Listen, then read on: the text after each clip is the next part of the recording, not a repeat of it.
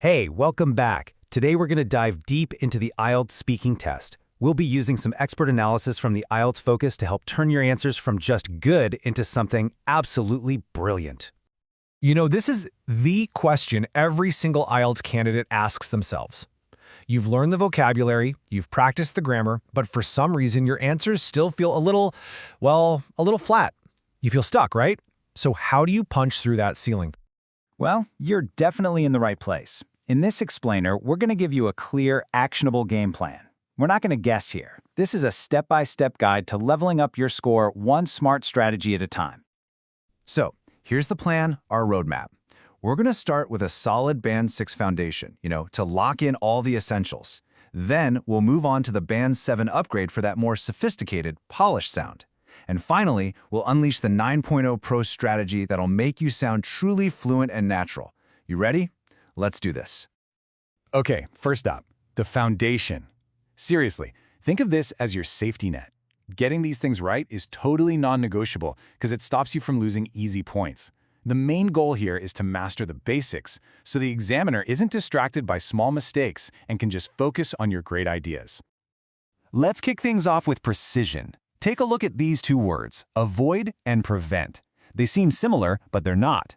You might avoid a puddle on the street so you don't get wet, but a good drainage system can prevent the puddles from forming in the first place. See the difference? One's about staying away, the other is about stopping something from even happening.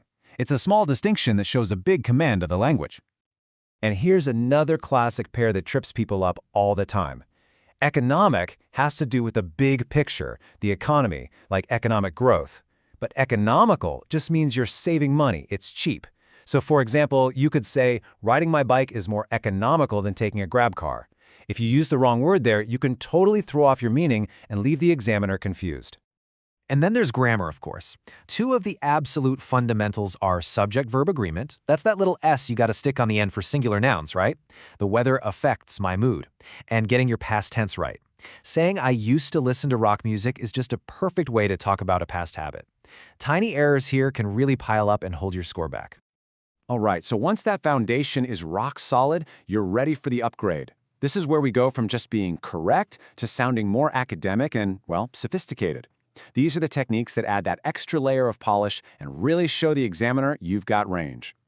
One of the most powerful tools in your toolbox for this is the passive voice. Now listen, you don't want to go crazy with this and use it all the time, but it's a fantastic way to vary your sentences and change the focus of what you're saying. Okay, so check this out. Here's a super simple, active sentence. The focus is clearly on the sudden downpours. They are the thing doing the action. It's perfectly fine, it's clear, but we can make it a lot more interesting. Now, watch what happens when we switch it up. By flipping to the passive voice, the focus jumps over to flooding. This is so useful when you want to talk about the result of something, like the flooded streets in Ho Chi Minh City during the rainy season. You're putting the emphasis on the effect, not the cause. See that? That little switch? That's a Band 7 move right there. And it goes beyond just grammar. It's about nuance. Are you talking about a substantive or meaningful discussion, or a substantial, as in large amount of money?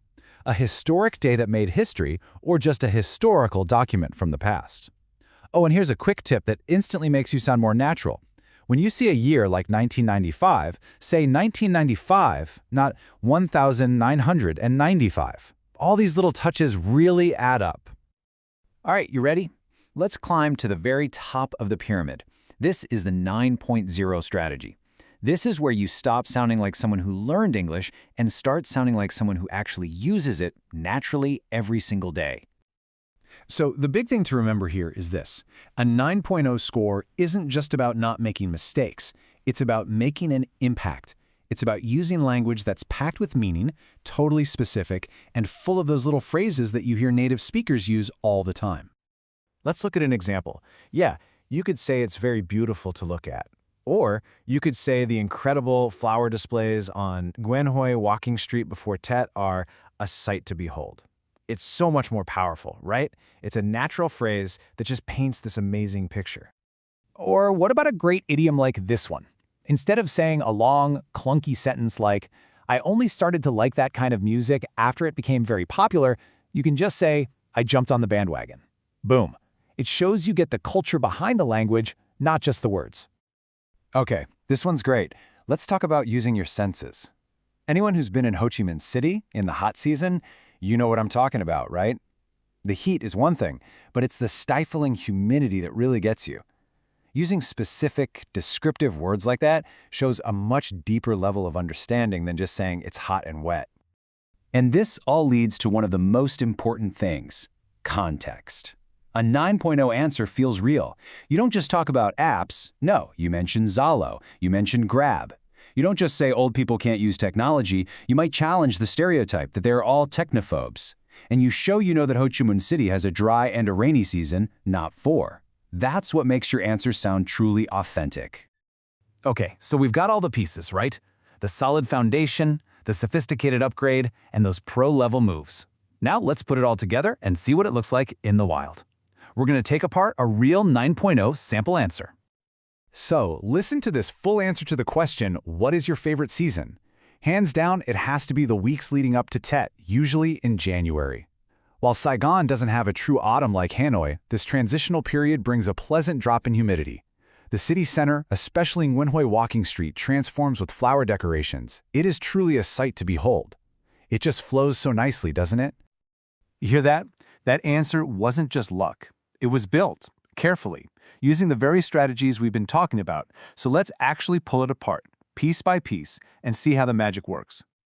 Right off the bat, it starts with hands down. This idiom is fantastic. It immediately shows confidence and a natural feel for the language. It's so much more dynamic than just, my favorite season is. And then you get this word transitional. Instead of just saying the weather is changing, which is fine, the speaker describes it as a transitional period. It just sounds smarter, more precise, and more academic. And look at how it wraps up with that awesome phrase we talked about earlier, a sight to behold. It finishes the answer on such a high note. It leaves the examiner with this powerful, memorable, positive image. Perfect. So, look, your path from a good score to a great one, it isn't about memorizing the dictionary. It's a strategy. You start with that solid, mistake-free foundation. Then, you add those layers of sophistication with smarter grammar and vocabulary. And then, you start deploying those pro-level idioms and specific details that just make your English come alive. So as we wrap this up, I want to leave you with a little challenge. Don't try to learn everything all at once. Just look back at those 9.0 phrases we talked about. A sight to behold, jump on the bandwagon, stifling humidity. Just pick one. Which one is it going to be? What's the first one you're going to master and try to use this week? Because that is how real progress starts. Thanks for watching.